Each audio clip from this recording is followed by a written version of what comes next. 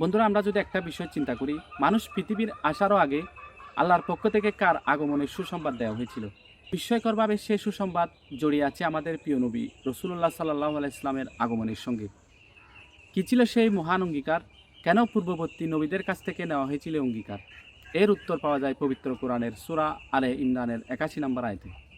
আল্লাহ তাআলা সকল নবীদের উদ্দেশ্য করে বলেছিলেন, তোমাদের কাছে এমন একজন রসুল এলে যিনি তোমাদের কাছে থাকা সত্যকে সত্যায়ন করবে, তা অবশ্যই তার প্রতি ঈমান আনবে এবং তাকে সাহায্য করবে।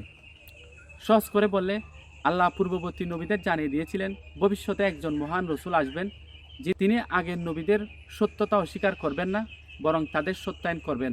এক নবীর যুগে আর এক মহান নবীর আগমনের সুসংবাদ। আর সেই মহান রসুলকে, তিনি হলেন আমাদের নবী রসুল্লাহ সাল্লাহ আলাইসলাম। কি বিস্ময়কর তার মিলাদুন্নবী, পবিত্র আগমন, নবুয়তের দীর্ঘধারার এক মহিমান্বিত পরিণতি। আল্লাহ তাআলা সকল নবীদের জিজ্ঞেস করলেন, তোমরা কি এই অঙ্গীকার স্বীকার করছো? তারা বললেন, আমরা স্বীকার করলাম।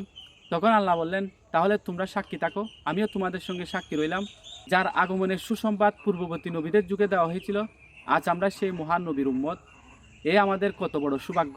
তিনি হলেন আমাদের নবী রহমতুল্লাহ আলমিন, খতমুন নবী, আল মুস্তাফা হাবিবুল্লাহ রসুল্লাহ সাল্লাল্লাহু আলাইহি সাল্লাম। সবাইকে পবিত্র ঈদে মিলাদুন্নবীর শুভেচ্ছা এবং ঈদে মিলাদুন্নবীর এই হাকিকত তাৎপর্য সকলকে আল্লাহ তাআলা বোঝার তৌফিক দান করুক। আমিন।